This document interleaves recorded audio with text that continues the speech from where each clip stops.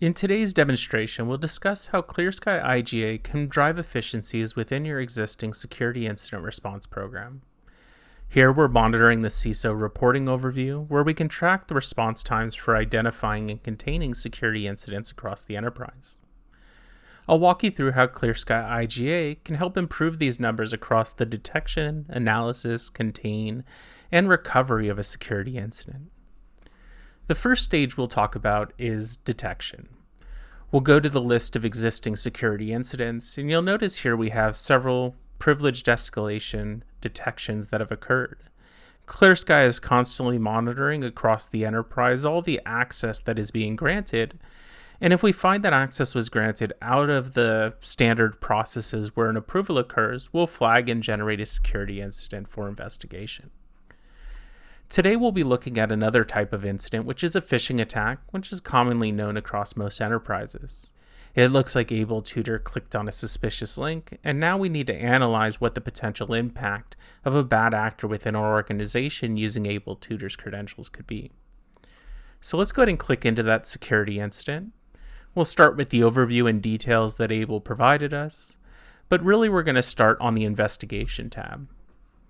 Once I click on investigation, we can see if any configuration items are impacted, who the affected user or users is within the security incident, and then as we progress further, you'll see that we have 4 additional items that are provided by Clear Sky IGA.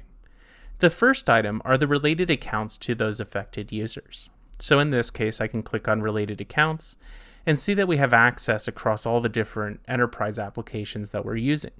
We have a financial database, Active Directory, local ServiceNow account, and then also an Azure tenant where Able has accounts and logins to.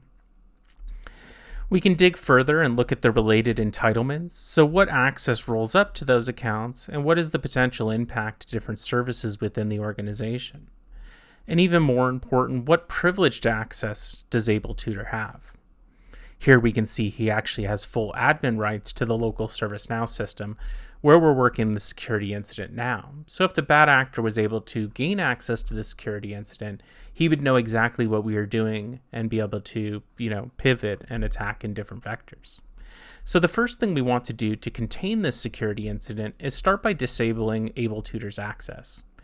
Now, because we use single sign-on across the organization, I can actually go back to our related accounts, select his Active Directory account in this case, check a box, and be able to disable his account, which should prevent him from using any of those other accounts that he has within the organization. Once we've done that, a related request will be generated to reach out to the Active Directory system and disable that account. This is all happening through Clear Sky IGA, a native application on the ServiceNow platform.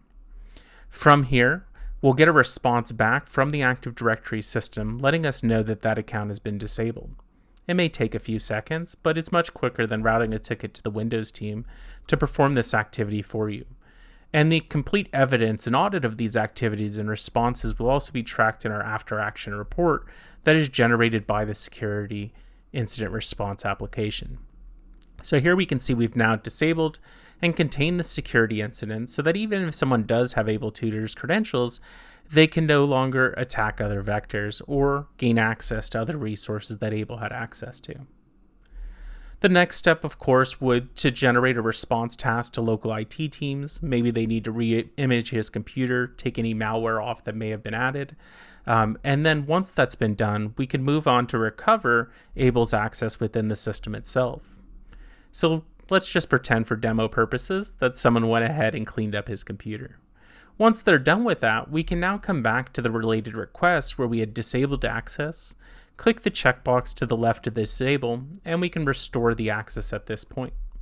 This will re-enable his account, and it'll also reset the password and notify him of the new password or his manager, which he can then log into and no longer have to worry about the compromised account, compromised password, or compromised system within the security incident itself. Just like the disablement, the enablement will also be included in the activities that were performed, and the full audit record will be tracked all within the ServiceNow system itself. So if we ever had to look back and understand or repeat these processes for follow-on security incidents, we'll have those details.